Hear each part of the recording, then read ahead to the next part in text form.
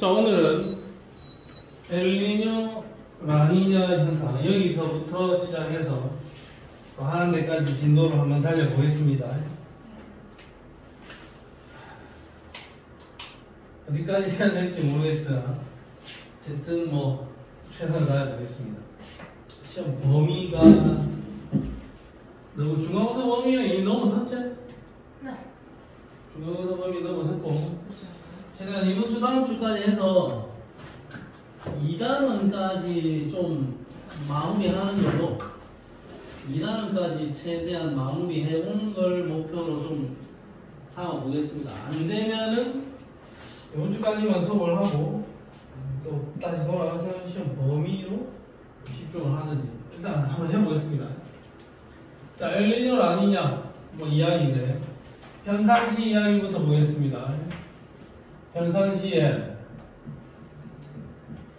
서태평양, 동태평양이 있으면 무역풍이 쭉쭉 불어가니까 무역풍 따라 동태평양 쪽에서 서태평양 쪽으로 바닷물이 흘러갈 것이고 동태평양의 바닷물이 서태평양 쪽으로 흘러가니까 동태평양 지역에서는 용승이 비교적 원활하게 일어날 것이고 그래서 이쪽은 좀 차갑고 이쪽은 적도 라인을 따뜻하고 따뜻한 바닷물이 열받아가면서 계속 흘러올 거니까 이 동네는 좀 따뜻할 겁니다.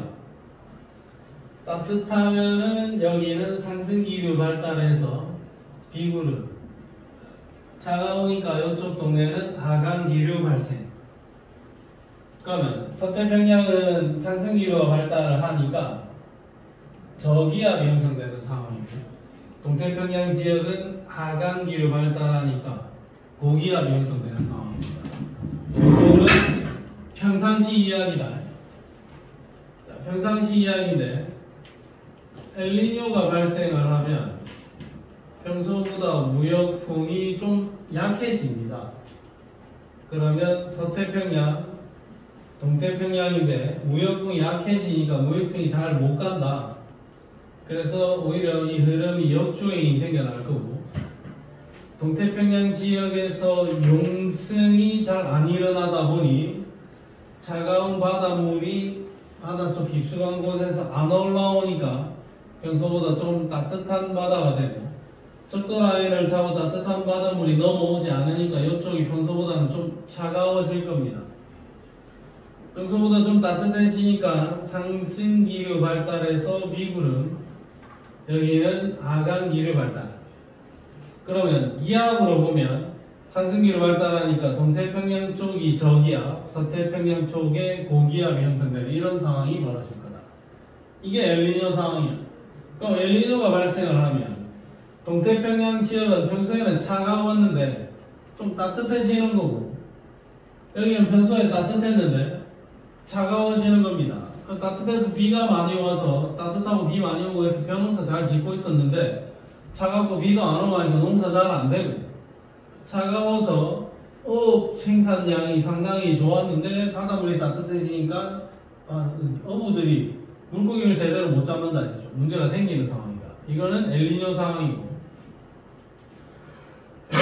그러면 라니냐가 발생하면 어떻게 되느냐? 평소보다 무역풍이 더 강해집니다. 그러면 서태평양, 동태평양이고 평소에도 잘 가고 있던 무역풍이 평소보다 훨씬 더 강하게 가는 거예요. 강하게. 그러니까 평소보다 더 용승이 잘 일어나게 되고 평소보다 매우 차갑다. 따뜻한 바닷물이 많이 흘러 넘어오니까 적도 라인을 타고 그럼 이 동네는 상당히 따뜻해질 거고 상승기류 심해지면서 비구름 좀 더 심하게 생길 거고 하강기류 발달할 겁니다. 그러면 동태평양 지역은 하강기류가 발달하는 고기압이 형성될 거고 서태평양 지역은 저기압이 형성될 겁니다. 무역풍이 평소보다 강해졌을 때 라니냐, 약해졌을 때는 엘니뇨. 그럼 책에서는 엘니뇨는 무역풍이 약해진 거고 라니냐는 무역풍이 강해진 겁니다. 무역풍이 강해졌느냐 아니면 무역풍이 약해졌느냐에 따라서 엘니뇨, 라니냐 동태평양, 서태평양 지역에서의 기후들이 각각 달리 나타날 수도 있다라는 이야기예요. 일단 이 정도로 한번 해보고, 밑에 그림을 한번 보겠습니다. 평상시에 무역풍이 잘 가고 있었는데 엘니뇨는 무역풍이 약해졌다. 그러니까 동태평양 지역은 용승이 약화되면서 표층 수온 높아지고, 표층 수온이 높아지니까 온난 수역의 두께는 두꺼워질 겁니다. 서태평양 지역은 표층 수온이 낮아지고, 수온이 낮아지니까 온난 수역의 두께는 얇아질 겁니다. 라니냐는 잘 간다, 더 잘 간다. 다 잘 가니까 동태평양 지역은 용승이 강화되면서 수온 낮아지고, 바닷물의 온도가 차가워지니까 온난 수역의 두께는 얇아질 거고, 서태평양 지역은 수온이 높아지고 온난 수역의 두께는 두꺼워질 겁니다. 동일한 이야기들을 계속 반복하고 있는 겁니다. 그냥 엘니뇨, 라니냐, 동태평양, 서태평양 지역에서 어떤 기후변화들이 나타나는지를 체크를 해주면 좋겠다. 자, 그러면 일단 여기 201페이지에서는 이 정도 느낌만 이야기를 해볼게요. 일단 자, 뒷페이지로 가자. 뒷페이지로 가서 이야기를 마무리하고 나서 엘니뇨, 라니냐에 관련되는 문제를 풀겠습니다.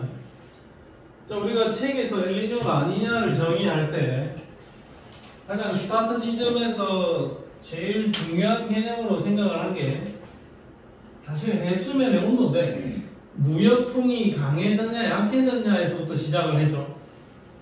그러면 남방진동이라는 거, 이거 동일한 현상을 이야기하는 거예요. 동태평양과 서태평양 지역에 대한 기후 이야기인데, 여기는 주안점을 두는 게 기압이다. 기압. 자, 여기 저기압, 고기압, 고기압, 저기압, 고에서 저로, 저에서 고로, 저에서 고로, 고에서 저로 계속 기압이 이렇게 바뀌겠지. 기압을 가장 주안점으로 두면서 고기압, 저기압, 고기압, 저기압이 왔다 갔다 한다 해서 기압의 진동을 일으키는 거고, 이거를 남방 진동이라 부르겠다. 기압의 주안점을 두면 얘가 남방 진동이라는 표현을 쓸 수 있다. 그 다음에 워커 순환이라는 표현을 쓰려면 동태평양에서 서태평양 지역으로 왔지, 바람이. 여기서는 상승했고 여기서는 하강한다. 그럼 상승된 기류가 여기로 이동해서 이런 거대한 대기의 순환이 생겨난다. 이 대기의 순환 관점에서 용어를 정리할 때는 워커 순환이라고 부를 거예요. 연구자들의 관점에 달라서 그 관점에 따라서 이름을 붙여 놓아서 이렇게 되는 겁니다. 그러면 남방진동이든 사실상 워커 순환이든 엘니뇨, 라니냐든 간에 어차피 동등한 현상을 가지고 이야기하는 거예요. 같은 현상 아니가. 동태평양, 서태평양 지역에서 기후변화 이야기 아닙니까? 그러면 우리는 엘니뇨 시기에 동서의 기후가 어떻게 되는지 이 내용만 가지고 문제를 풀 수 있는지 없는지 한번 나중에 찾아보고, 라니냐 때는 어떻게 되고 엘니뇨 때는 어떻게 되는지를 문제를 통해서 확인을 한번 해보자. 그럼 결국에 엘니뇨 남방진동이라고 표현했는데, 이거는 엘니뇨하고 남방진동을 한때 묶어놓은 거잖아. 동일한 현상이다 이거야. 그래서 엘니뇨하고 남방진동은 동일한 어떤 일에 대한 다른 해석인 거니까 이 둘을 한때 묶어서 그냥 엘니뇨 남방진동입니다, 이렇게 불러주기도 한다라는 거죠. 자, 그럼 통합과학책에서도 어느 정도는 문제를 풀었던 거니까 문제들이 풀리는지 한번 점검을 해보고 풀리면 과감하게 그냥 넘어가겠습니다. 안 그래도 안 풀려도 넘어갈 겁니다. 자, 208쪽에 11번, 그 다음에 14번, 11번과 14번 두 문제를 일단 무다닥 한번 풀어봅니다. 11번, 14번, 208쪽에 11번 and 14번 두 문제 풀리죠? 왜 11번만 책이 없어. 응? 책이 없어. 저 어디 갔는데? 물리로. 지금 왜 그렇게 그러면 말을 안 하냐? 숨을 쉬어요. 아.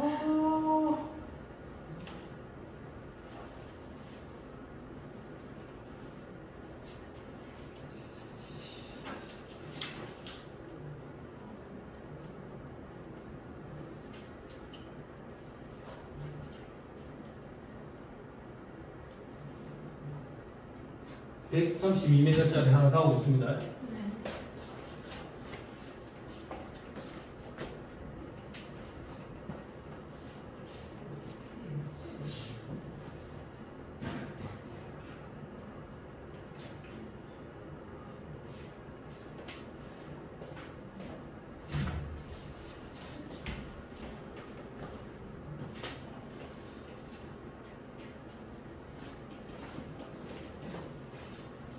도전했니?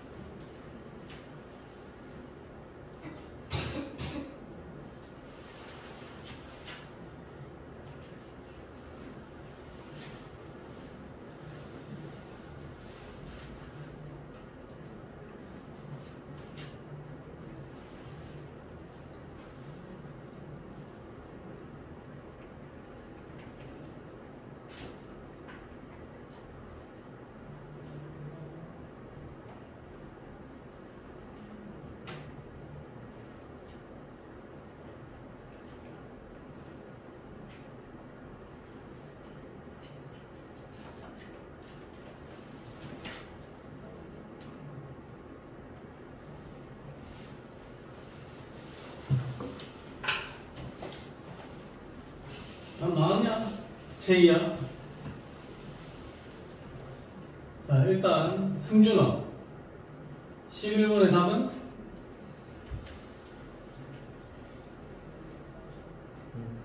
응? 아니 그냥 이야기해 그냥. 몇 번? 4번. 다시 처음 생각했던 거는 1번. 그래요. 낙장 불입 새끼야. 바꾸는 건 안 돼. 맞지? 오케이. 규율이 몇 번? 제이는 1번. 민용이는 1번이요. 1번. 따이는 1번. 1번. 승준아. 네. 낙장 불입 임마. 알겠죠? 아 1번. 아이 그 보다 그거. 낙장 불입. 자, 평상시하고 엘리뇨식이죠. 그럼 자, 우리 머릿속에 이 상식이 있다고.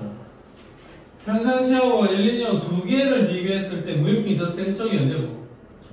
평상시가 더 세. 그러면 뭔가 잘 가는 느낌 나잖아. 동쪽에서 서쪽으로. 그럼 가 그림이 뭐다? 이게 평상시고 나 그림 잘 못 가잖아 뭔가. 얘가 엘니뇨식이야. 그럼 가는 평상시 나는 엘니뇨식입니다. 콜. 그 다음에 무역풍의 세기는 가가 더 강하겠네. 가보다 나에 강하다 했으니까 네 연봉이 틀렸죠. 교리 이거 잘못 봤다는 거지. 잘 가니까 여기서 용승이 일어나겠죠.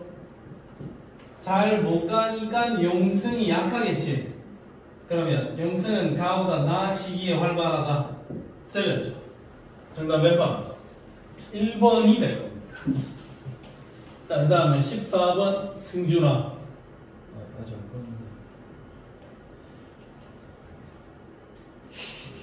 민용아 풀었냐? 1번? 좀잘 모르겠어요. 잘 모르겠어요. 14번 시간 30초를 더 줄게. 민영아, 낙장 불입니다. 네.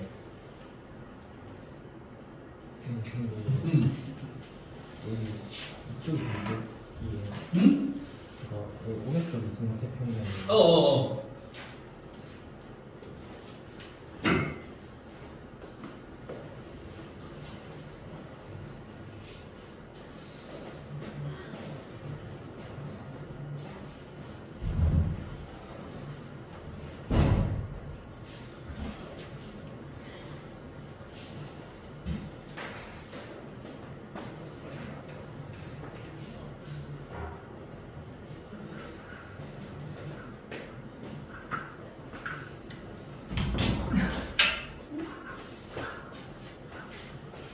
자, 봐라.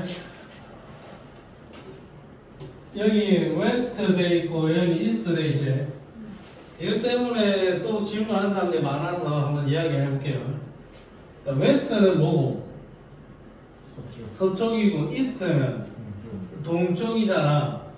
그러면 지구에서 이렇게 세로선을 나타내는데 이게 뭐 이게 무슨 선이고? 경도선이지. 경도선의 기준점이 된 거는 잘 안 보이겠지만 여기라고. 여기 어디고? 영국에 있는 그리니치 천문대가 기준점이야. 네. 자, 그럼 봐라. 영국의 그리니치 천문대에서 요리 가면 어디고? 동쪽으로 이스트를 갈까 이가? 이스트를 오면 어디니 여기? 태평양 서쪽이잖아. 그럼 서태평양이다 이거야. 그러면 여기 영국 그리니치 천문대에서 요리 가면 서쪽이지. 웨스트를 오게 되면 어디니? 동태평양이 나온다 이거야. 그러면 여기에 있는 웨스트는 영국 그리니치 천문대에서 웨스트로 온 거야. 그러니까 이게 동태평양. 이스트로 오게 되면 이건 서태평양이다 이거죠. 그러면 아니 여기 E가 있으니까 이게 동쪽 아닌가? 이런 생각하지 말라고. 상식적인 사람이라면 저 지도를 뒤집어서 내는 경우는 거의 없을 겁니다. 잘 생각해보세요. 우리 지구학생이 상식적인 사람인가? 아니면 전혀 비상식적이지 않은 뭔가 괴짜냐? 그걸 생각해요.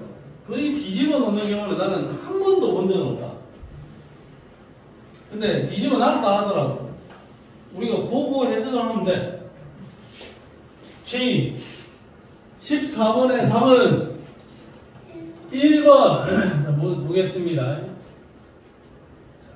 우리는 머릿속에 이만큼의 지식을 갖고 있다고 생각하자. 그러면 얘는 관측값 빼기 평형값이지.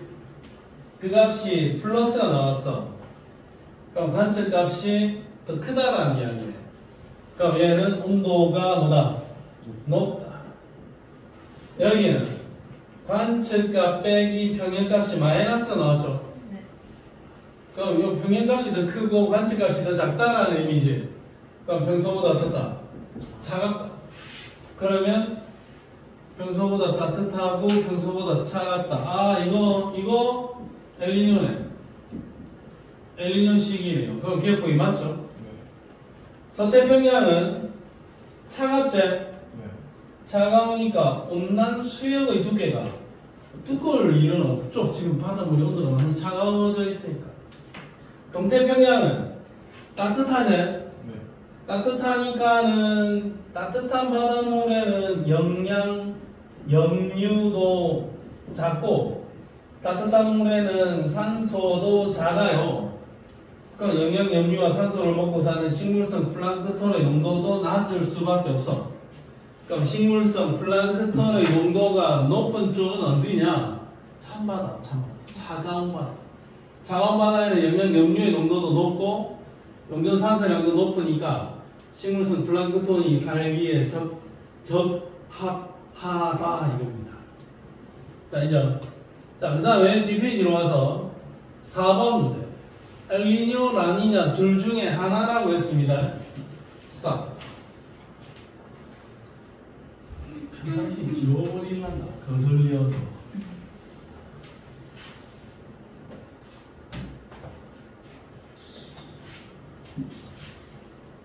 대충 막 온도 느낌만 보고 파악을 해. 아, 둘 중에 하나는 엘니뇨라 했고 둘 중에 하나는 라니냐라 했습니다. 대충 삽시다. 대충 살자. 이효리처럼.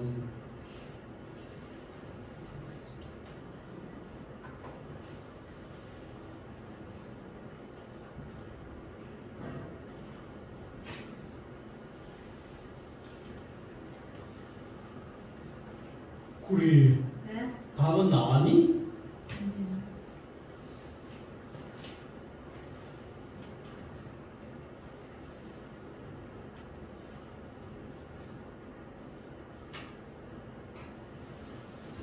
구리구리.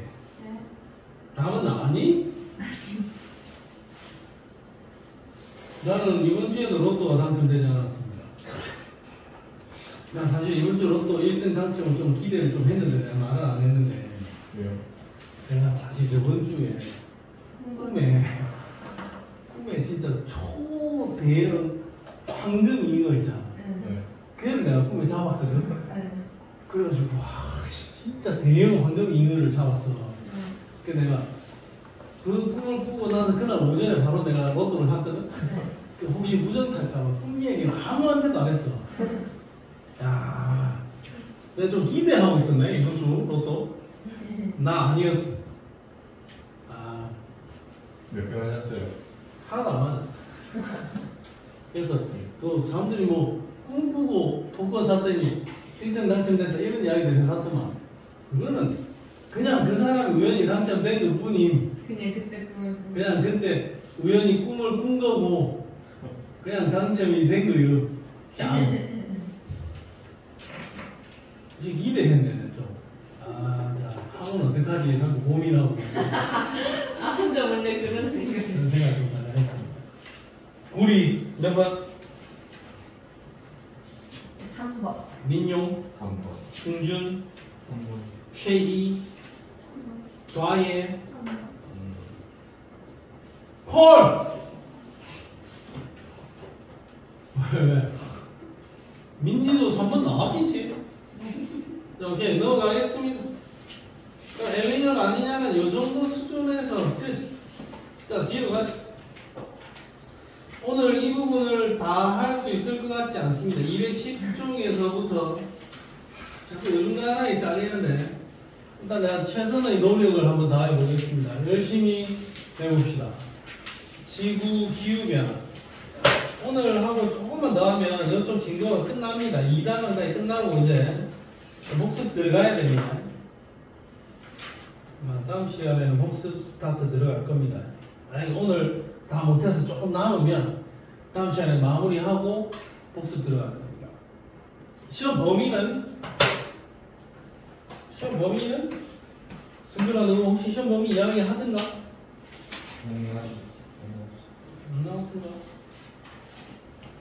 다른 예고는 안 나왔던가? 얘는 시험 안 치잖아. 저요? 그 주어 쉬운데요? 마지막 시간. 자, 지구의 기후 변화. 자, 기후라 하면 하루아침에 나타나는 일이 아니야. 비교적 장기간에 걸쳐서 나타나는 대기현상. 그거의 평균적인 상태를 기후라고 합니다. 오늘 갑자기 기온이 37도까지 올라갔다. 오늘 하루 37도 올라갔다고 해서 기후가 변했네 이런 표현을 쓰지 않는 겁니다. 자, 그러면 기후를 연구해보자. 과거의 기후를 연구하는 방법은 각종 퇴적물, 화석, 나이테, 빙하 등을 연구를 할 거다 이거죠. 그러면 나이테가 뭐 간격이 넓으면 나무가 잘 자란 거지. 그럼 그때 기온이 좀 따뜻했습니다. 간격이 좁으면 나무가 잘 못 자란 거니까 그때는 좀 추웠을 겁니다. 이렇게 해석을 해볼 수 있는 거고. 그 다음에 퇴적물이나 화석 속에 있는 어떤 기체를 분석을 했을 때 이산화탄소의 양이나 메테인 양이 좀 많다. 기체 분석을 해봤을 때 그러면 이산화탄소와 메테인은 온실효과를 일으키는 주범이니까 얘네들의 농도가 높다면 기온이 좀 높았을 겁니다. 그 다음에 산소의 동위원 소비 요걸 이용을 조금 많이 하는데 시험 문제 나와도 정에 나오지 않을까 예상해 봅니다. 산소 원자는 16짜리 산소가 있고 18짜리 산소가 있습니다. 포인트만 이야기를 하자면 16짜리 산소가 포함된 물이 있고 18짜리 산소가 포함된 물이 있다. 그럼 산소의 몸무게가 16이고 산소의 몸무게가 18이다. 그럼 이 물 분자가 더 무겁고 요 물 분자는 더 가볍습니다. 그러면 어쨌든 이 물이라는 게 H2O가 16짜리도 있고 18짜리도 있다. 바다 속에 대기 중에도 16짜리하고 18짜리 산소들이 있을 겁니다. 그럼 결국에는 18짜리 산소가 어디에 더 많으냐에 따라서 요 비율의 숫자가 달라질 겁니다. 근데 평상시에는 16짜리는 가벼우니까 증발을 잘 할 거고 18짜리 산소를 포함한 물은 무거워서 증발이 그닥 잘 안 될 겁니다. 조금은 증발이 되겠지만 잘 안 돼요. 그러면 18짜리 산소는 대기에서보다는 바다 속의 이 비율이 좀 더 높을 것이고 대기에서의 이 비율보다는 바다 속의 이 비율이 좀 더 높고 여기는 좀 낮을 거다. 평상시에 일반적인 기온일 때 이럴 것이다. 근데 요래 있다가 고온의 시대에 도달을 했다. 그럼 16짜리, 18짜리가 존재할 수 있는데 고온의 시대가 되었어. 그러면 16짜리는 그냥 여전히 잘 증발할 거고 18짜리도 좀 잘 증발하겠네. 과거에 비해서 고온의 시대가 됐으니까. 그럼 여기 18짜리가 많고 이쪽이 좀 더 작아지겠죠. 그럼 산소 동위원소의 비율이 여기가 높고 여기가 더 낮아질 겁니다. 고온의 시대에. 자, 근데 저온의 시대에 도달을 하게 되면 16짜리, 18짜리, 16짜리, 18짜리인데 얘는 그나마 증발을 잘 하겠죠. 근데 저온의 시대가 되면 얘는 아예 증발을 많이 못한다. 진짜 많이 못할 거다. 그럼 18짜리 산소가 대부분 다 바다에 갇혀 있을 것이다. 그럼 평소보다 그 비율이 좀 더 높아질 거고 평소보다 그 비율이 좀 더 낮아질 겁니다. 그럼 이것만 우리가 머릿속에 일단 이해를 하자 이거죠. 자, 그러면 우리가 이해하고 풀어야 되는 거는 기온이 높아졌어. 그러면 대기 중에 이 동위원소 비율이 높아진다. 기온이 낮아지면 대기 중에 이 비율이 낮아집니다. 기온하고 대기 중에 동위원소 비율하고 같은 패턴으로 움직이는 거야.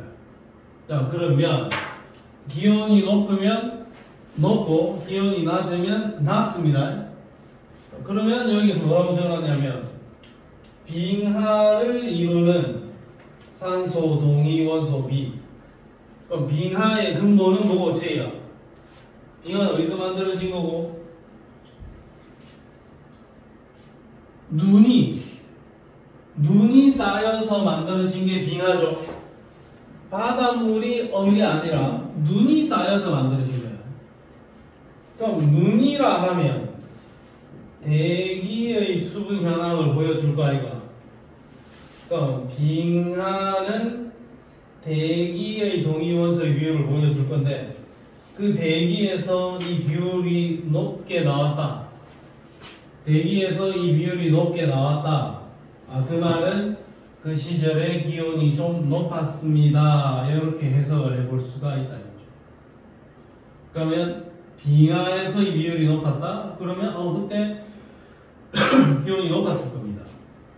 빙하에서 이 비율이 낮다. 그럼 그때 기온이 좀 낮았을 겁니다. 그러면 고생대에 발견된 삼엽충 화석에서 이 산소 비율이 높다. 이 말은 무슨 말이고, 삼엽충은 어디에 살던 놈입니까? 삼엽충은 바닷속에 살던 놈이지. 그러면 삼엽충 화석 속에 존재하는 산소 동위원소의 비율은 그 당시의 바다의 조건을 보여준다. 그럼 바다 환경에서 그 비율이 높지. 그럼 그 당시에 기온은 낮았습니다. 이렇게 해석해 볼 수 있다. 그럼 너가 문제를 풀 때 산소 동위 원소의 비율 이야기를 한다면 이게 대기의 조건을 반영한 건지 아니면 바다 속의 조건을 반영한 건지를 잘 봐야 된다. 그걸 잘 보고 해석을 해주면 되는 겁니다. 산소 동위 원소의 비율. 이게 시험에 나올 가능성이 매우 높다. 자, 물론 낼 게 너무 많아요. 낼 게 너무 많아서 그래도 뭐 이것도 하나 내야 안 되겠습니까? 자, 그래서 세월이 지나게 되면 어떤 일에 의해서 태양 복사 에너지량과 지구 복사 에너지량의 흡수량, 방출량이 변하게 된다면 그게 오랜 세월이 지나게 되면 기후 자체가 변하게 될 거예요. 그럼 기후 자체가 변하게 되는 원인으로는 자연적인 원인과 인위적인 요인이 있는데 자연적인 거는 자연적으로 알아서 일어나는 거예요. 근데 지구 외적 요인이 있고 지구 내부적인 요인이 있다. 자, 그러면 내가 예를 들어서 지구 안에 빙하가 있었는데 빙하가 흡수 많이 녹았다. 빙하가 엄청나게 녹으면서 기후변화가 나타났습니다. 그러면 이거는 지구 내적 원인이 되겠고, 그 다음에 지구는 지구 안에는 별다른 일이 없는데 지구와 태양 사이의 거리가 매우 가까웠다가 지구와 태양 사이의 거리가 억수 멀어졌다. 그럼 지구와 태양 사이의 거리에 뭔가 변화가 생겨나면서 기후가 변했다. 이거는 지구 외적 요인이 될 거예요. 인정? 저희 뭐 필요하나 벌써? 바로 앉아라. 저기 연필 딱 들고 아무도 안 써도 연필을 딱 들고 항상 이 자세로 앉아 있는 이 자세. 저런 자세. 보시네. 네? 아닙니다. 간지납니다. 지구에 항상 들고 있는 겁니다. 뭔가 지구에 외적 요인이 있고 내적 요인이 있다. 자, 그러면 지구 외적 요인 중에 세차 운동에 일단 별표 하나 치고, 그 다음에 지구 자전축의 기울기 변화에다가 별표 하나 치고, 그 다음에 공전궤도 이심률의 변화에다가 별표 하나를 치세요. 자, 그걸 별표를 하나를 치고 외우자는 게 아닙니다. 외워서 해결될 수 있는 문제가 아니야. 여기가 외우자는 게 아니고 문제마다 다양한 조건으로 어떤 것들을 제시를 했을 텐데 그 문제마다 제시되어 있는 조건들을 잘 해석을 할 수 있느냐에 대한 그런 문제입니다. 그럼 보세요. 지금이 왜 여름입니까? 더웠어. 왜 덥습니까? 지금이 여름이고 더운 이유는 태양의 고도가 높아서 그래요. 태양의 고도가 높아지면 단위 면적당 아주 효율적으로 에너지를 입사를 시켜줄 거고, 그리 되면 태양의 온도, 태양의 고도가 높으니까 단위 면적당 복사 에너지, 태양 복사 에너지 도달량이 많아지게 되고, 그러면 기온이 높아집니다. 근데 겨울은 태양의 고도가 낮아서 단위 면적당 도달하는 태양 복사 에너지량이 줄어든다고. 그래서 날씨가 추워집니다. 그러면 기온을 결정하는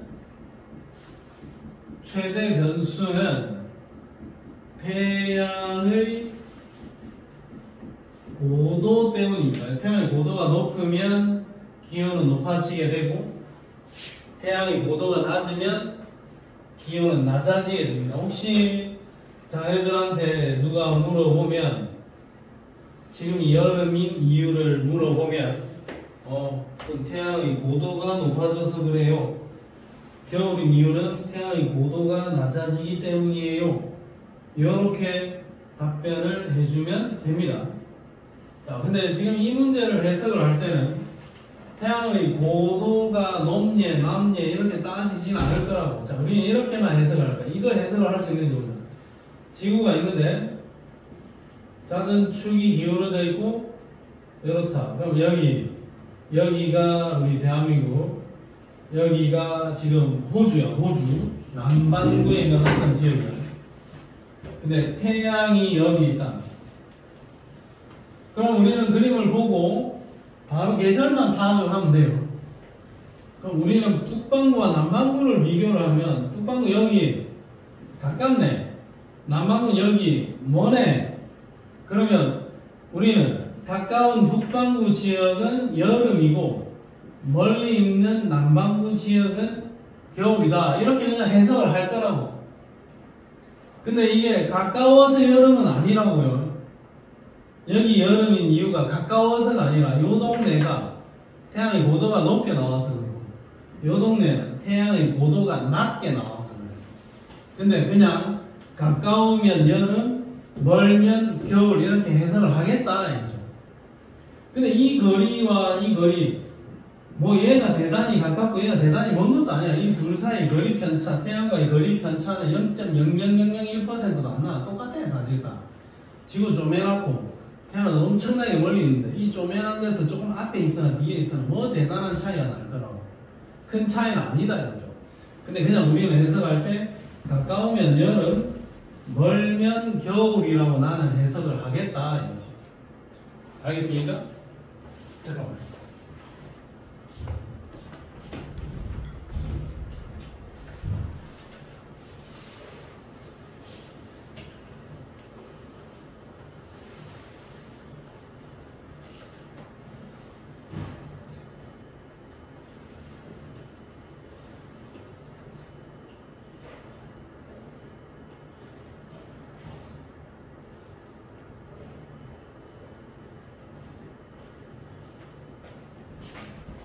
근데 규리야, 네?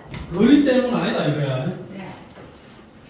자, 그러면 이제 이 그림들을 하나하나 놓고 해석하는 힘만 가지자. 지구의 외적 요인 중에, 기후변화 외적 요인 중에 세차 운동이라는 게 있습니다. 세차 운동의 주기는 약 26,000년 주기고 26,000년 주기로 세차 운동이 한 바퀴 돈다 이거죠. 자, 그럼 세차 운동은 뭐냐? 지금 자전축이 이렇게 있으면 지금 자전축의 경사 기울기가 지금 현재 0도죠. 근데 얘가 23.5도 이렇게 기울어진다. 그럼 이 23.5도 기울어진 이 각도는 그대로 유지하면서 이 자전축이 이렇게 돌 수 있다고. 이렇게 각도는 그대로 23.5도 각도 유지하면서 돈다고. 여기서 이 각도도 23.5도 돌아와서도 23.5도를 유지를 할 거라고요. 이 자전축의 경사 방향이 이렇게 뱅글뱅글 이렇게 도는 거, 이게 세차 운동입니다.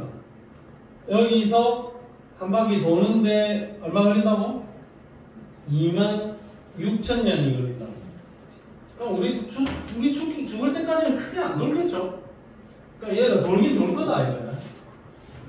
그럼 26,000년을 주기로 해서 한 바퀴를 돌 건데, 그때 어떻게 변해갈까에 대한 해석만 할 수 있으면 돼.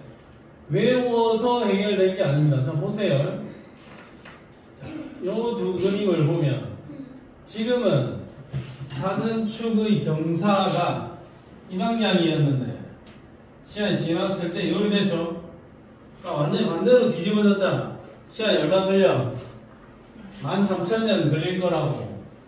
그러니까 우리는 어디가 여름이고 어디가 겨울인지 그런 것만 해석을 하면 돼. 그럼 자, 여기서 봐라. 지구가 공전을 하는데 얘가 완벽한 원궤도로 공전하는 게 아니라 타원궤도로 공전을 하고, 태양에서 가장 가까운 위치에 있는 타원의 이 지점을 근일점이라고, 태양에서 가장 멀리 있는 이 지점을 원일점이라고 합니다. 그럼 봐라. 우리나라 여기죠?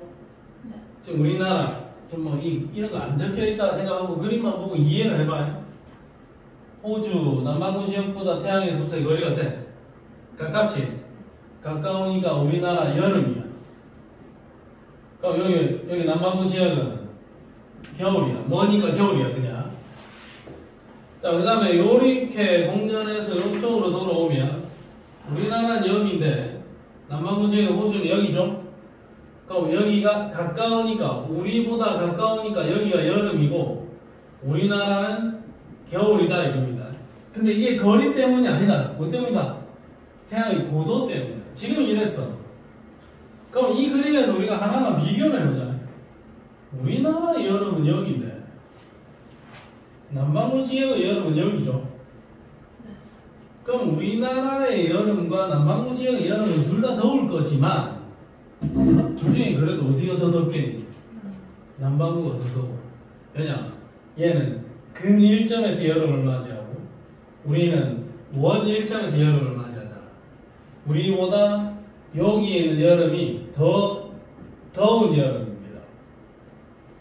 그 다음에 겨울을 비교해보면 남반구 지역의 겨울은 원 1점에서 겨울이고 우리나라는 근 1점에서 겨울이지. 그럼 어디가 더 따뜻하겠습니까? 우리가 더 따뜻할 거다. 그럼 남반구 지역의 겨울이 좀 더 추운 겨울이 되겠죠.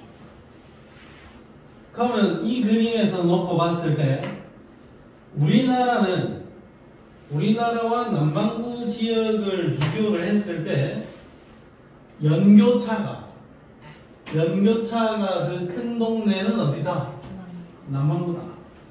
연교차가 더 큽니다. 이렇게 해석을 해보면 되는 거고. 그럼 지금 이런 상황이었는데 자전축의 경사 방향이 반대로 뒤집어졌죠? 그러면 이때는 우리나라는 겨울이고 이때 우리나라는 여름이다 이거죠. 그러면 우리나라의 겨울이 원 1점에서 겨울을 맞이하게 되고 여름은 근 1점에서 여름을 맞이하게 되겠네요. 그럼 여기서 이렇게 변할 때 우리나라의 연교차는 커지냐 작아지냐? 우리나라는 여름은 더 더워지고 겨울은 더 추워지지. 우리나라는 연교차가 커질 거예요. 그럼 여기 남반구 지역은 원 1점에서 여름 맞이하고 근 1점에서 겨울을 맞이하니까 남반구 지역의 여름은 좀 더 시원해지고 겨울이 좀 더 추워지겠지. 그럼 이렇게 변할 때 남반구 지역의 연교차는 작아질 겁니다. 이거를 이 그림 이대로 내놓지 않을 수도 있다고. 그러면 문제마다 그림이 그려져 있을 때 그걸 보고 해석을 해야 되는 겁니다. 13,000원 후에 우리나라는 연료차 크지 남반구 지역은 연료차 작아지 이렇게 달달달달 외울 수 있는 게 아니다 이거죠. 문제에서 다르게 해석하고 꼬아서 낼 수도 있지만 팩트는 이렇게 했지만 문제 상황을 보고 해석을 해야 된다. 그러면 세차 운동에 따라서 우리나라의 기후가 변할 수도 있는 거고 아니면 연교차에도 변화를 줄 수도 있는 거겠죠. 세차 운동에 따라서 기후 변화가 나타날 수도 있습니다. 그 정도까지. 자, 뒤로 온다. 그 다음에 지구 자전축의 경사 기울기 변화. 여기도 별표 하나 쳤지? 네. 지금 현재는 몇 도? 23.5도인데 얘가 41,000년을 주기로 해서 21.5도에서 24.5도까지 경사 기울기가 변할 겁니다. 그러면 우리가 관심을 가져야 되는 건 뭐냐? 지금 현재보다 기울기가 커진 경우나 지금 현재보다 기울기가 더 작아진 경우를 비교해 보면 되잖아. 자, 그럼 봐라. 이 그림을 보세요. 23.5도에서 24.5도로 됐다. 그럼 난 지금 이 그림만 볼게. 지금 현재 23.5도였는데 그 기울기가 더 커지는 경우. 더 커지는 경우.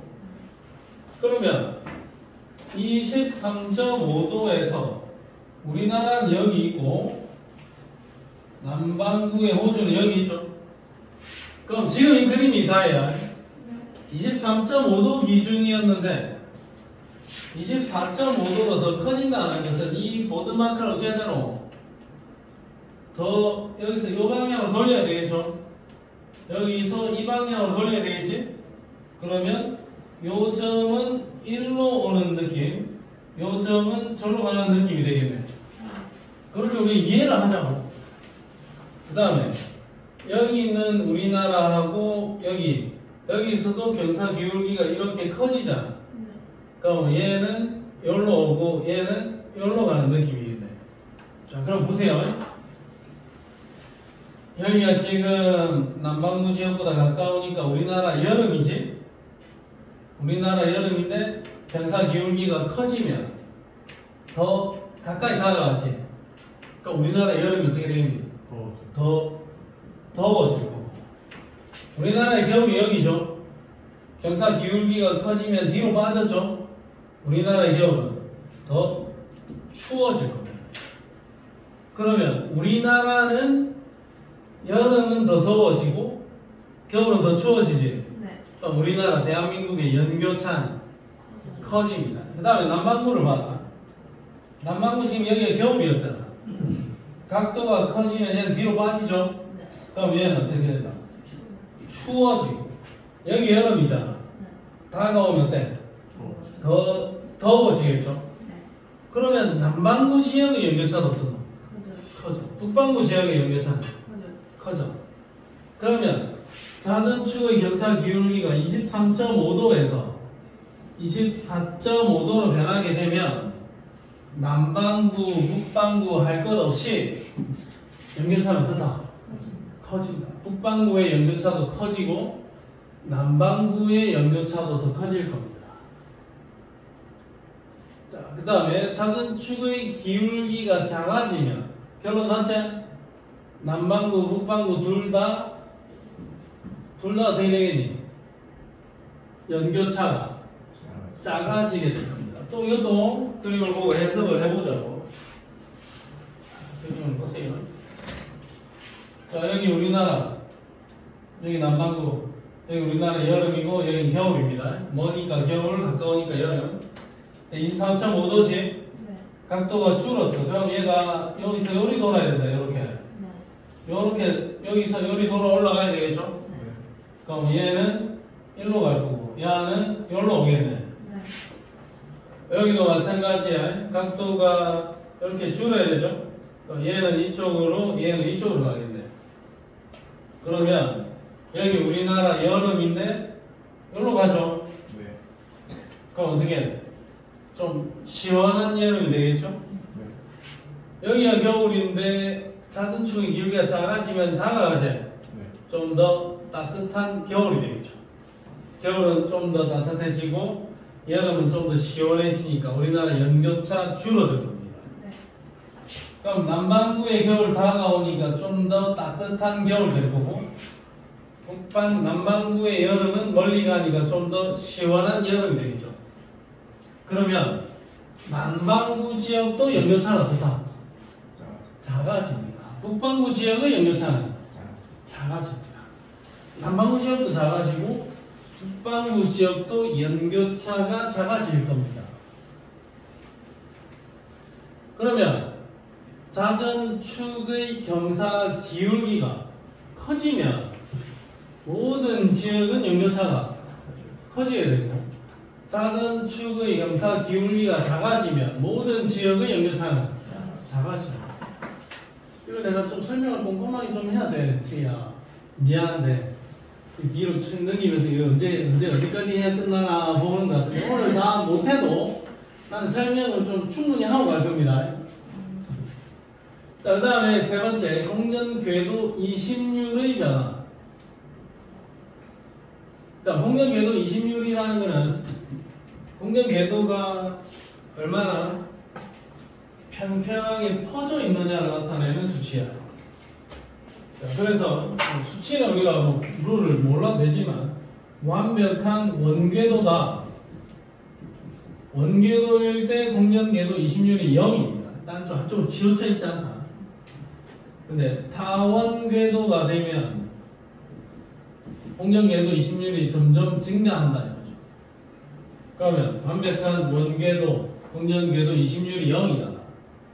타원궤도로 됐다. 공전궤도 이심률이 점점 커지는 거죠. 이렇게 되면 될수록 공전궤도 이심률은 자꾸 커지는 거야. 그러면 한 가지만 해석을 해보면 돼요. 우리는 공전 궤도 이심률이 커질 때, 작아질 때 이렇게 되어 있는데 공전 궤도 이심률이 커질 때를 한번 보자. 공전 궤도 이심률이 커진다는 것은 이런 원궤도에서 완벽한 원궤도에서 타원궤도로 바뀐다라는 이야기가 되겠죠. 자, 타원을 뭐 배웠는지 모르겠지만 원의 정의는 뭐 원의 정의?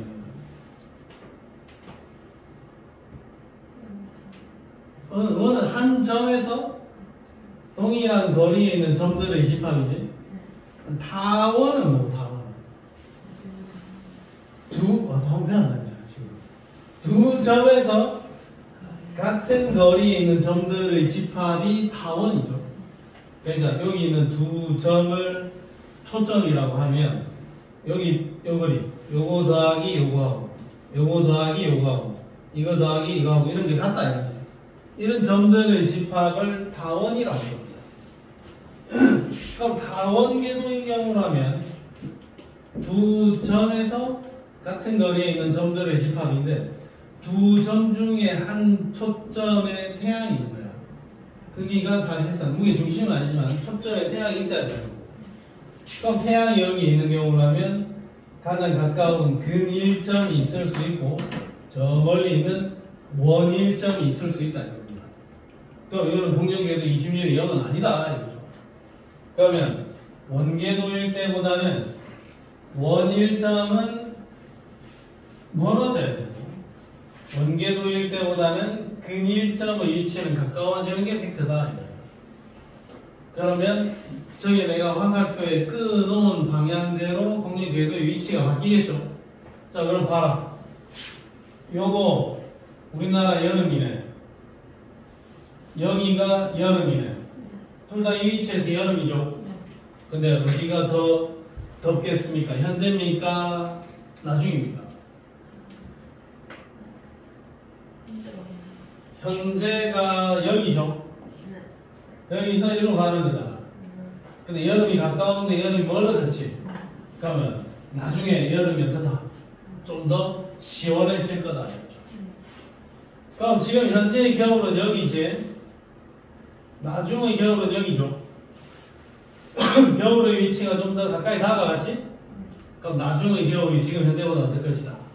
좀 더 따뜻해질 것이다. 그럼 여름은 시원해지고 우리나라로 치면 겨울은 추워졌지? 그러면 우리나라는 연교차가 어떨 것이다?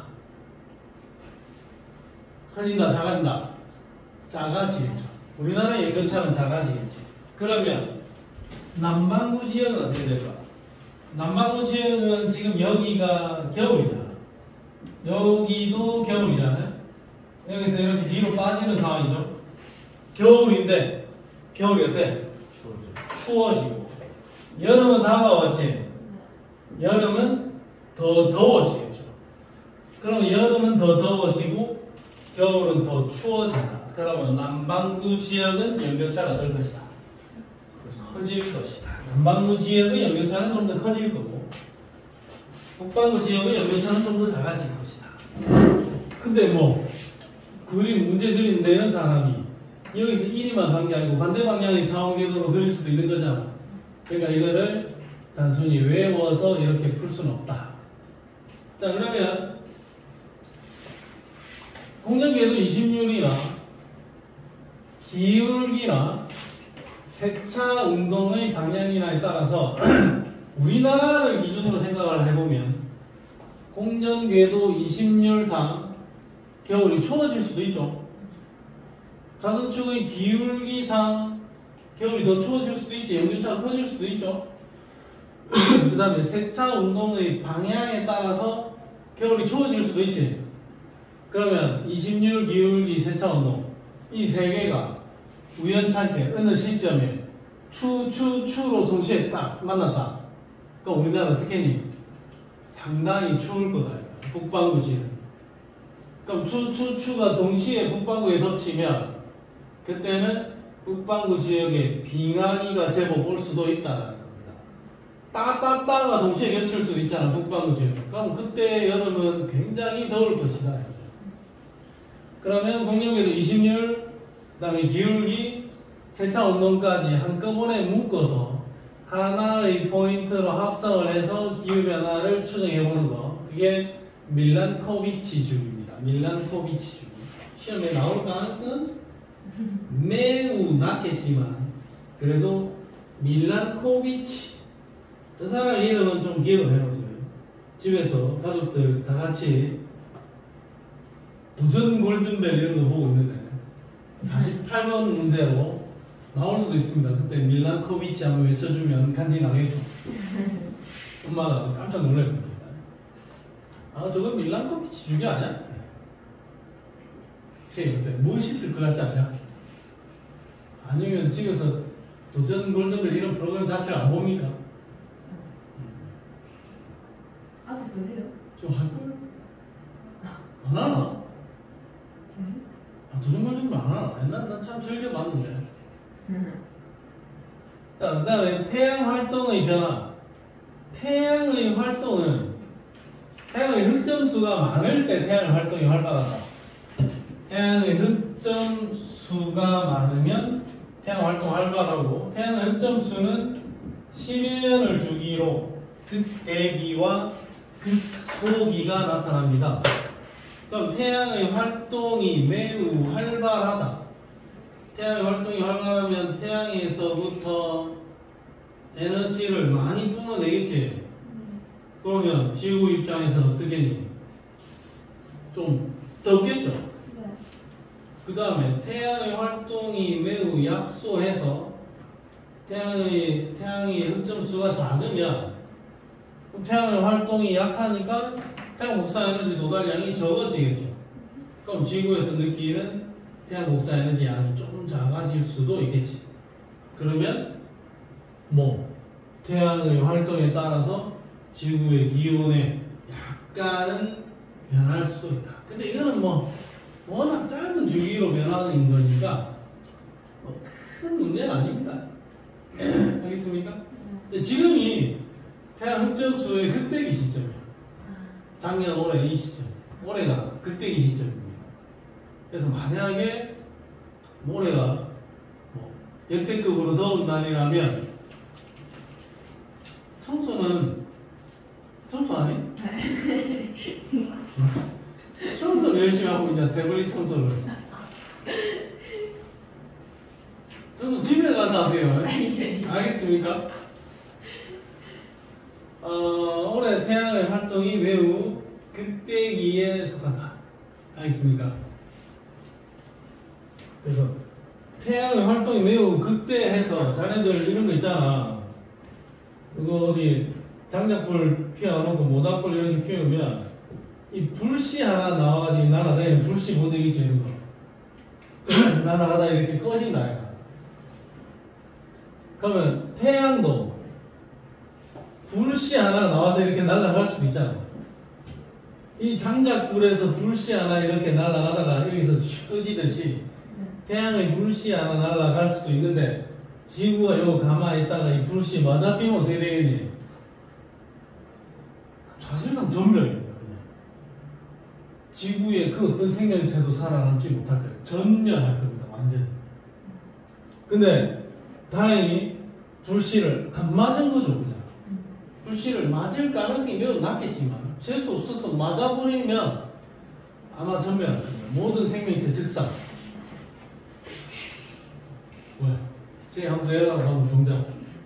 오, 놀라워라 이런 표정이야. 자, 오케이.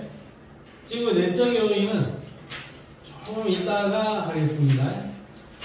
아들이 오늘따라 상당히 많이 피곤한 것 같은데, 문제 세 문제를 풀기 전에 1분간만 휴식하고 가겠습니다.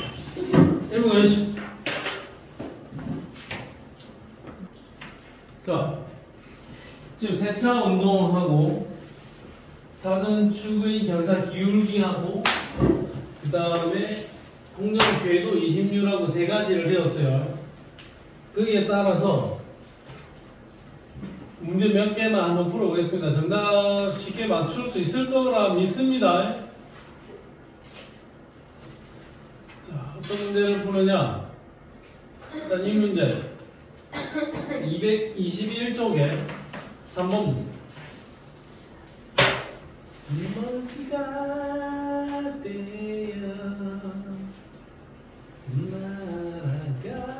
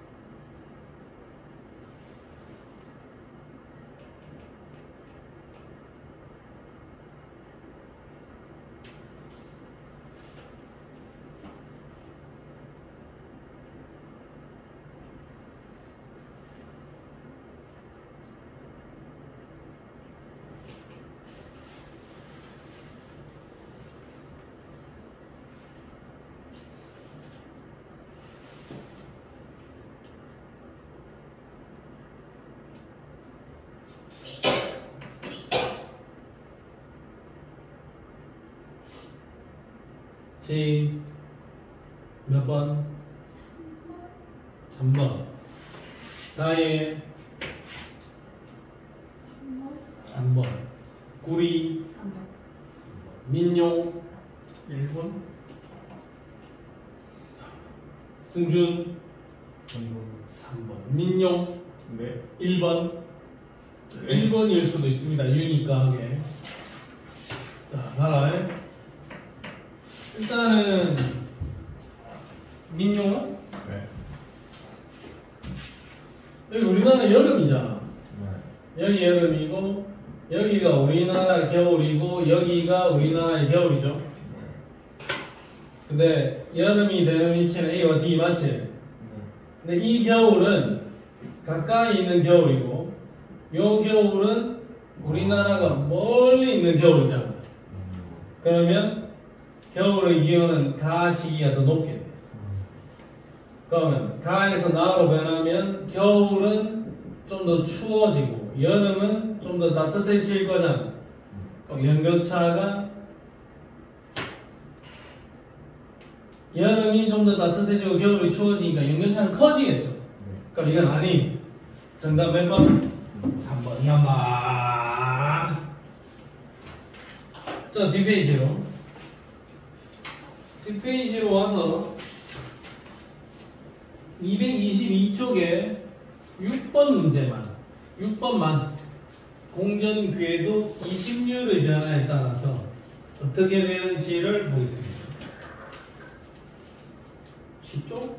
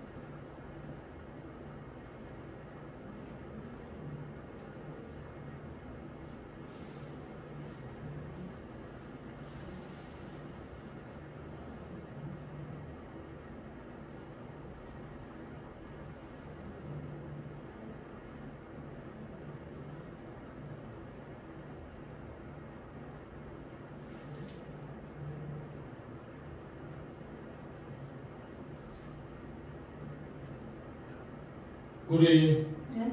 답 나냐? 슥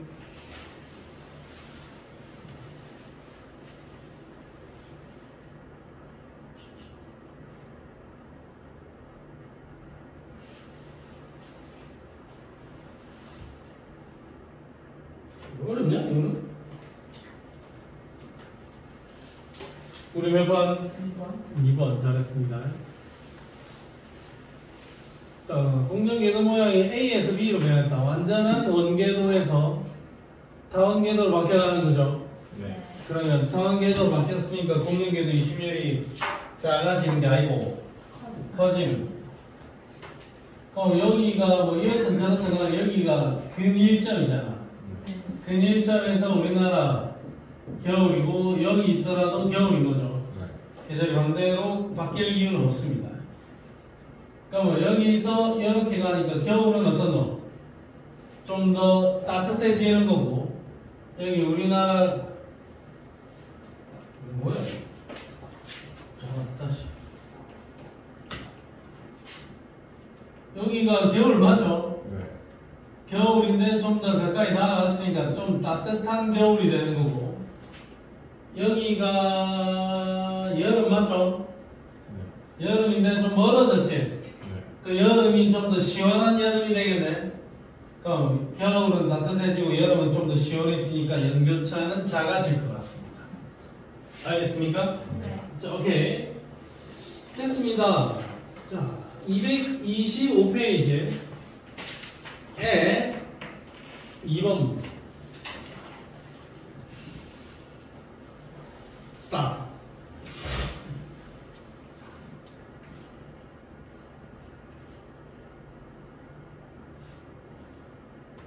해볼만 할 겁니다.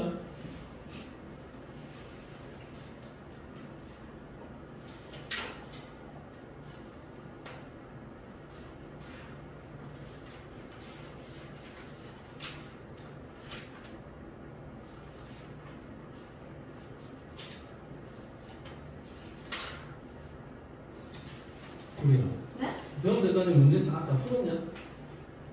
아니요?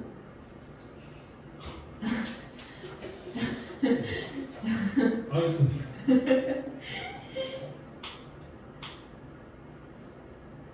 진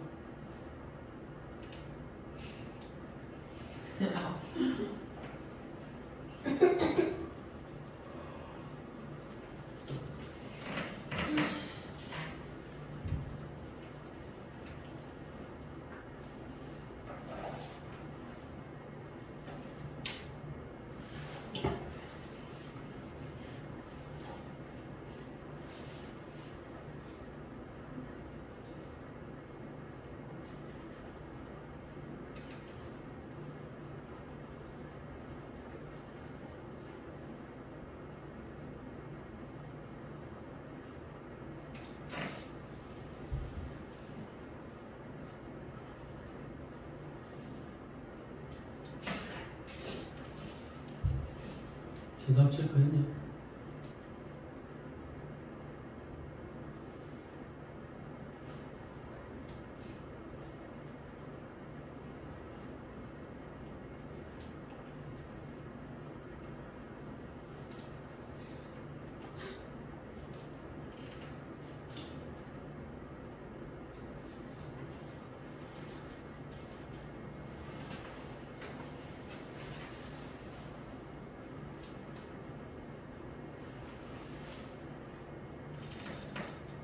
우리 몇 번? 1번.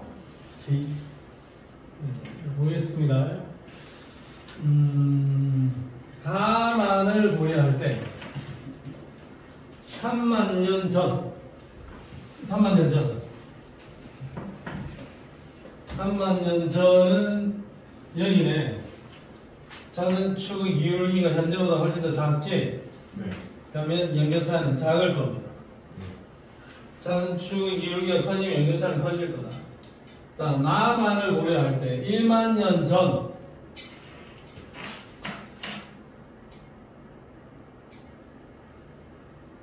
북반구 여름철에 태양과 지구 사이 결이 변하다. 여름철. 자, 1만 년 전에 여름은 가까운 위치에 있었지? 네. 그럼 1만 년 전에 여름의 기온은 가까웠으니까 현재보다 높을 겁니다. 그 다음에 가와 나를 모두 고려했을 때 혹시 자네들이 이거를 알고 풀었을지 아니면 한 가지 요소만 고려하고 풀었을지 그걸 한번 체크해 보겠습니다. 알고 풀자 이제. 알고 풀었겠죠. 가와 나를 모두 고려할 때 1만, 2만, 3만 3만 년 전에 3만 년 전에 3만 년 누구나 3만 년 후에 3만 년 1만, 2만, 3만 3만 년 후죠? 좀 애매한데 이거는 1만, 2만, 3만 좀 문제를 이렇게 심하게요. 그래. 3만 년 후에는 자전축의 견사 기울기가 어떻노? 더 많이 기울어져 있지? 그럼 연교차가 어떻겠니? 커져야지. 그럼 이건 틀렸어요. 가만 고려해서. 그럼 나는 이게 무슨 의미냐? 나를 좀 더 정확하게 해석하는 눈을 하나만 기르자. 자, 여기 봐라. 지금 현재는 여름철의 거리가 어때요? 멀지? 그러면 여름의 기온은 어떻겠니? 맞지. 조금 낮겠지? 겨울? 추워. 겨울은 좀 따뜻하네. 겨울 좀 더 따뜻해. 자, 이게 무슨 말이냐? 지금 이게 다원궤도를 돈다고. 그러면 다원궤도 거의 원궤도에 가까운데 다원궤도면 여기 가까운 지역이 있고 먼 지역이 있죠. 여름철의 거리가 어떻노? 멀잖아. 여기가 여름이잖아. 네. 그럼 겨울은 어떻다? 가깝다 이거야. 더. 여름철에 더 멀면 겨울철은 더 가깝다. 그럼 여름철은 좀 더 시원할 거고 겨울철은 좀 더 따뜻하겠죠. 그래서 이 문제에 조금 더 섭섭한 거는 1만, 2만, 3만 년일 때 거리가 좀 더 멀다라는 것도 고려를 해야 돼. 가만 고려해도 어느 정도 나오는데 멀면 여름철이 멀면 겨울은 더 따뜻하다. 그래서 연교차가 거리만 가지고도 연교차를 좀 더 줄일 수 있고 자전축의 기울기가 아닌데 애매하다 이거. 여름철이 좀 먼데 겨울은 가깝고 우리나라 여름 3만 년 유행 그렇지. 이건 진짜 작아진데? 저 그림 사보면 3만 년 후 여름철 요거를 해석 실패. 3만 년 후면 현재보다 어떤 놈? 현재보다 가까워진다는 게 포인트네.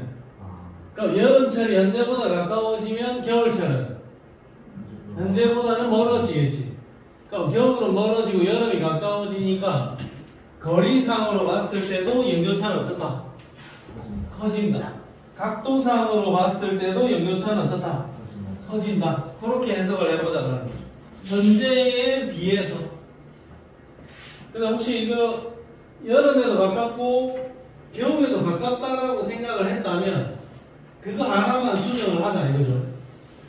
알겠습니까? 자, 그 다음에 212쪽. 자, 212쪽으로 오면 지구에 내적 요인이 있는데 내적 요인은 지구 내부의 이야기야. 설명해볼게. 빙하가 녹으면 원래 빙하는 반짝반짝해서 반사를 잘 했었는데 빙하가 자꾸 없어지면 어떻게 되겠니? 반사 잘 못하겠죠? 또 흡수하는 에너지가 증가하겠지. 그래서 반사율이 감소해서 기온 높아질 수도 있고. 나무를 뱉다. 나무는 태양 복사 에너지를 잘 흡수를 해서 광합성을 열심히 한다고. 근데 나무를 베버리면 흡수를 잘 못하겠지. 흡수를 잘 못하니까 기온이 낮아질 수 있다. 화산재가 대단히 그 대기 중에 쌓이게 되면 화산재 때문에 태양 복사 에너지가 도달을 잘 못하겠죠. 그래서 기온이 낮아질 수도 있다. 이건 지금 내부의 이야기잖아. 지구 안에 어떤 일들이 일어나서 태양 복사 에너지의 흡수율이 달라지면서 기후 변화가 나타나는 거니까 이거는 지구 내적 요인이라고 불러주는 거고. 그 다음에 수류 분포의 변화. 예를 들어서 영국 쪽으로 멕시코 만류가 이렇게 흘러 지나갔지. 따뜻한 바닷물이 흘러가니까 이 동네가 비교적 따뜻했다 이거죠. 근데 남아메리카 대륙이 이렇게 있는데 남아메리카 대륙이 세월이 지나면서 대륙 이동을 해서 여기 딱 막았다. 그러면 멕시코 만류가 이 방향으로 흘러가 버릴 수도 있는 거야. 그럼 영국 쪽으로 멕시코 만류가 흘러가지 못할 수 있는 거죠. 그럼 이 동네가 기후가 변할 수도 있다. 그러니까 수류 분포의 변화, 하늘 이동에 의해서 수류 분포의 변화가 나타나게 되면 해류의 변화가 일어나게 되고 그 해류의 변화 때문에 기후가 변할 수도 있다. 그 다음에 생물의 변화. 생물이 많아지면 호흡량, 과합성 양의 변화로 인해서 어떤 대기 조성의 변화가 나타날 거고 그래서 건강 문제가 생겨날 수도 있다. 기권과 수권의 상호작용, 엘니뇨 라니냐에 의해서 기후변화가 나타날 수도 있다. 인위적인 요인은 온실기체 배출이죠. 우리 화석연료 열심히 사용하면서 온실기체를 배출하니까 그 배출된 온실기체 때문에 지구온난화 현상이 일어날 거고 그래서 기온이 높아질 수도 있다. 그 다음에 에어로졸 배출. 에어로졸은 1나노미터에서 100 마이크로미터 정도 되는 사이즈의 입자들을 에어로졸이라 하는데 에어로졸은 태양 복사 에너지를 산란시키고 구름이 생성되는 은결핵으로 작용하여 구름의 양이 늘어난다. 그러니까 하늘 위에 구름이 많아지면 지구의 반사율이 증가하게 되고 반사율이 증가하면 지구 복사 에너지도 태양 복사 에너지 도달량이 감소한다. 그래서 좀 더 추워집니다. 자, 사막화. 사막을 만들게 되면 반사율도 달라지게 되고 태양 복사 에너지 흡수할 수 있는 양도 많이 달라지겠지. 그래서 기후변화가 나타날 수도 있다. 그 다음에 산림훼손, 도시화. 산림이 훼손되고 도시가 건설이 되게 되면 지표면의 조건이 달라지니까 반사율이 달라지면서 기후가 변할 수 있다. 여러 가지 요인들이 있을 수 있는데 이것들은 인위적인 요인이야. 시험에 나오면 이게 나오면 잠깐만 이게 나오겠냐 아니면 외적인 요인이 나오겠냐. 외적인 요인이 주로 나올 겁니다. 자, 오늘 다 끝내는 건 사실상 불가능이었고 다음 시간에 마무리하고 다음 시간에 복습 과제들부터 해서 진행하도록 하겠습니다. 오늘 아쉽지만 여기까지만 해도 되겠습니까?